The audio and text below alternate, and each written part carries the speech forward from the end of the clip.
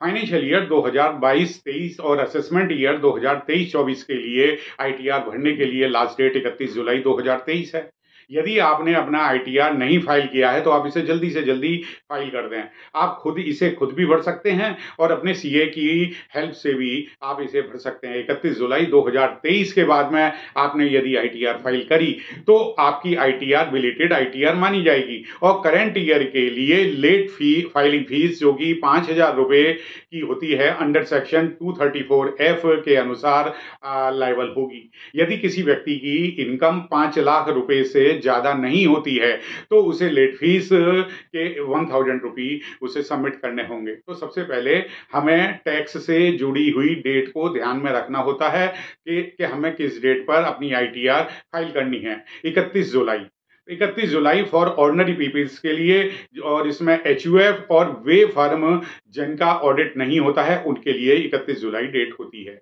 Next date होती है 31 अक्टूबर। ये उन कंपनियां और फर्म के लिए होती है जिन पर ऑडिट लागू होता है।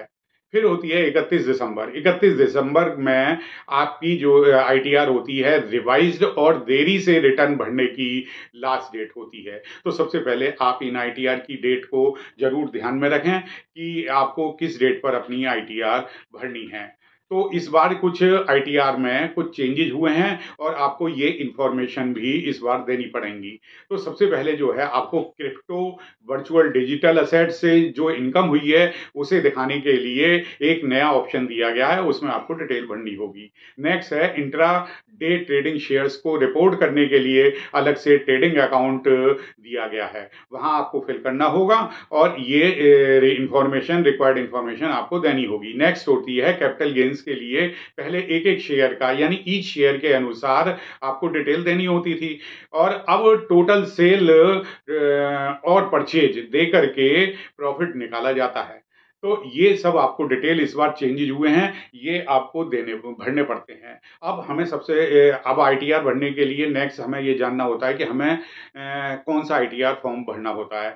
तो आईटीआर फॉर्म कई तरीके के होते हैं, आईटीआर 1, आईटीआर 2, आईटीआर 3 और दूसरे भी फॉर्म होते हैं।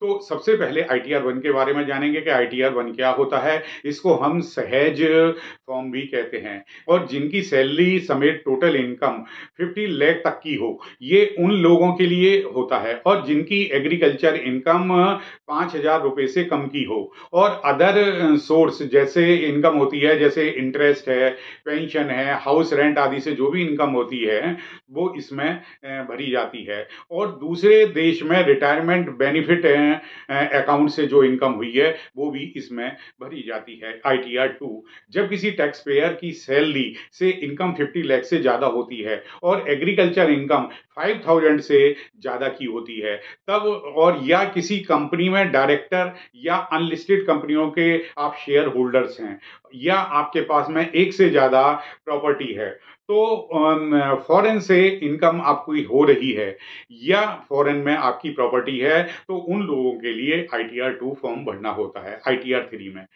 3 उन लोगों के लिए है जिनका अपना कोई बिजनेस है या किसी प्रोफेशन से उनकी इनकम है या किसी फर्म में वो पार्टनर है तो उनके लिए आईटीआर 3 फॉर्म भरना होता है। और इसके अलावा अदर्स फॉर्म होते हैं।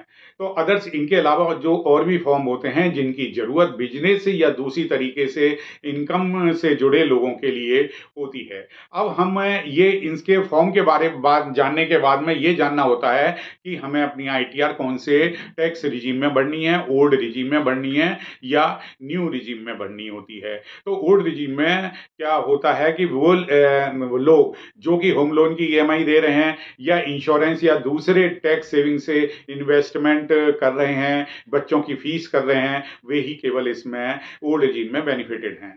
न्यू रिजीम में क्या होता है कि ये उन लोगों के लिए ठीक है जिनकी नई नई जॉब लगी है या जिनकी डिडक्शन अंडर सेक्शन 80 में कम के बराबर है या ना के बराबर है या जिन पर होम लोन या इंटरेस्ट की कोई लायबिलिटी नहीं है, तो उन लोगों के लिए न्यू रिजीम इज बेनिफिटेड। अब इसके बाद में जब हम आईटीआर भरने बैठते हैं तो हमें ये जानना होता है कि हमें कौन कौन से डॉक्यूमेंट हमारे पास में हैं, ये सब पहले से तैयार करके हमें रखना चाहिए। तो सबसे पहले पैन नंबर और आधार नंबर, और ये देखना है पैन और आधार एक दूसरे से लिंक हैं कि नहीं। इसके बाद में फॉर्म 16, इनके दो पार्ट होते हैं, ए और बी। तो check the TDS amount carefully, क्योंकि चेक और उसमें जो फॉर्म 16 में टीडीएस की अमाउंट होती है उसी के अनुसार आपको भरनी होती है, उसको केयरफुली आप जरा देख लीजिएगा। बैंक इंटरेस्ट सर्टिफिकेट लेकर के बैठिएगा। ऑल बैंक अकाउंट, जितने भी आपके बैंक में अकाउंट है उनकी स्टेटमेंट आप रखिए। अदर इनकम प्रूफ, जैसे कि आपकी रेंट से कोई इनकम होती है, कमीशन से इनकम होती है, या आपकी कोई एफडी से इंटरेस्ट से इनकम होती है, या पोस्ट ऑफिस में आपने कोई पैसा रखा हुआ है उससे इंटरेस्ट इनकम होती है, उसका सर्टिफिकेट, जितने आपके इन्वेस्टमेंट हैं, एक्सपेंसेस हैं, उनके सबके पेपर आप तैयार करें रिटर्न भरने से पहले।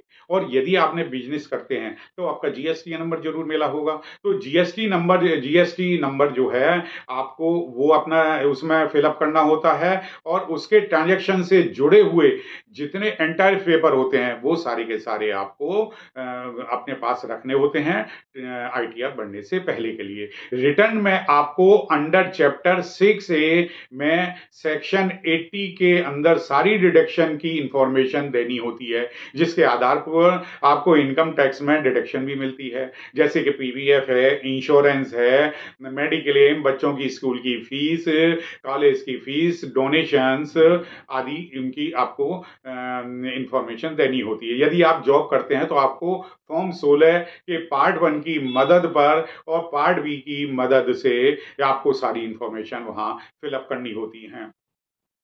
अब इनके अलावा फिर क्या होता है कि आपको कुछ फॉर्म हैं इनको भी चेक करने होते हैं, जैसे कि फॉर्म 16 आपने पहले चेक कर लिया, फिर फॉर्म 26A आपको भरना, वो चेक करना होता है, और इसके बाद में 26AS भी आपको चेक करना होता है। आपको अपना फॉर्म AIS यानी एनुअल इंफॉर्मेशन स्टेटमेंट, ये स्टेटमेंट भी आपको जरूर चेक कर लें। इनकम टैक्स डिपार्टमेंट की वेबसाइट incometax.gov.in पर जाकर के AIS आप डाउनलोड कर सकते हैं। तो आज की वीडियो में इतना ही, और इस इंफॉर्मेशन के साथ आप अपनी आईटीआर टाइम से जरूर भरें, जिससे कि पेनल्टी से बचा जा सके। Thank you.